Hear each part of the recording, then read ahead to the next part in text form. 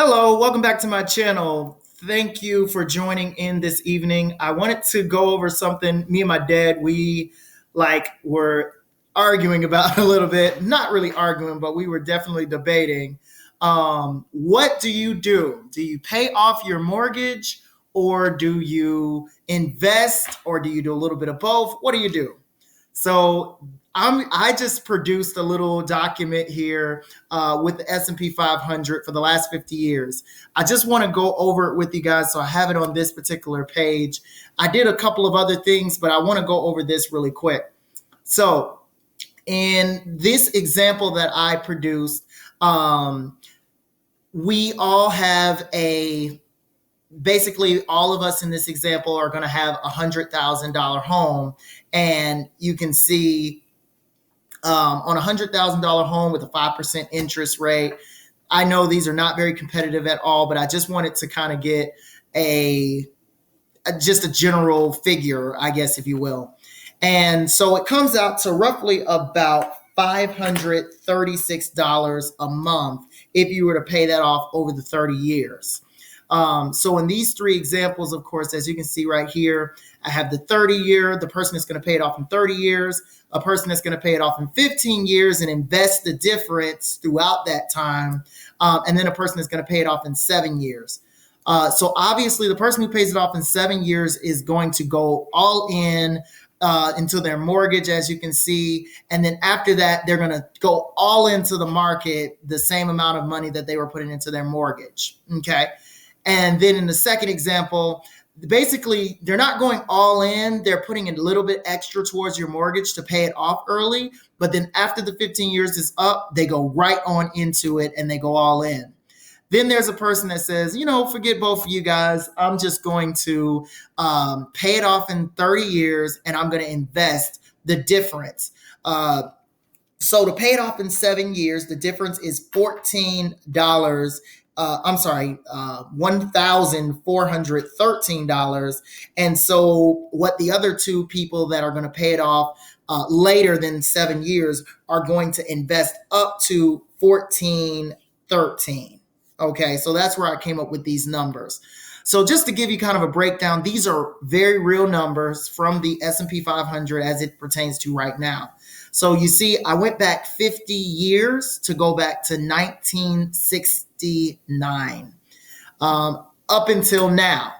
So in the first example, the person who's going to pay it off in 7 years, they don't invest anything. So they miss all of these losses. As you can see, the reds are losses, which there were some heavy losses in 1974 and things like that.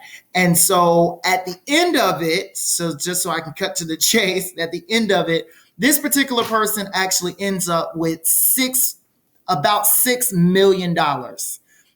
Just investing in the S&P 500. So they were very aggressive on the front end, and they didn't invest not a dime into the market. But then, as you can see, 50 years later, this person's probably hitting retirement or, really death. But this particular person actually was able to invest over the course of their life $6 million.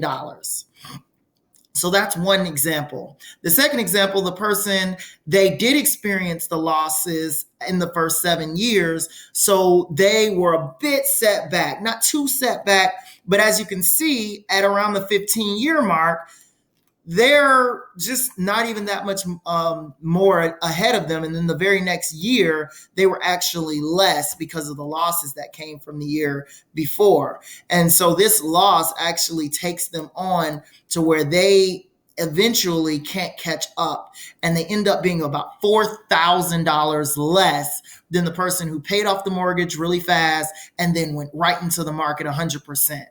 Now, this is a gamble because you don't know that it's going to be losses at the beginning right here. This is not guaranteed that these are going to lose. This is just the set S&P 500. But then you got the person that said, you know what, forget you guys. I'm going to just pay the minimum and invest the difference. So they're going to experience some losses, some highs, some lows. but mostly steady the entire time.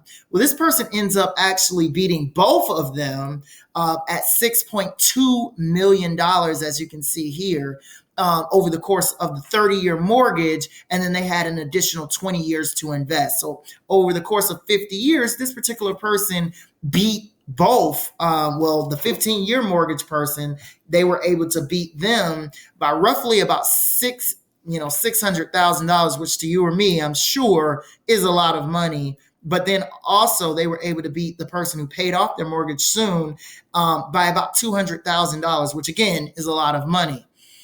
Well, I wanted to just kind of rationalize this to the people that say, you know what, I'm not going to do any of that stuff. I'm not going to buy a home or invest in a home. I'm not going to invest in the market at all. And this particular person, using the same amount of money that these other three people were to use, which is investing about $16,000 a year, would just put this into a regular savings account with no interest, just for the sake of argument. Well, this particular person would not have even hit $1 million in their lifetime. And I'm not saying their lifetime, you can live to 100, but in 50 years, it's pretty clear that, you're kind of hitting that tipping point. And then one thing that I thought was very curious is all of the people who invested into the market here. As you can see, they all hit their first $1 million in 1995. If this scenario was exactly true, they would have all hit their $1 million at the same time, which is pretty awesome. Especially if they were like brothers or friends or something like that. They'd be like, wow, we all hit $1 million. We're millionaires. And so that's just one of the things that I want to share with you guys. So this is just a quick video just to kind of go over, which one you should do best. Now, me, again, I told you I'm not going to show you anything that I've never done myself. And so I just wanted to show you guys a quick example of this scenario of, what would have worked out over the last 50 years. And hopefully the next 50 years are a lot better than they. So leave your comments in the comment section below and let me know what you think about my video. And once again, thank you so much for tuning in. You guys have a great night. Bye-bye.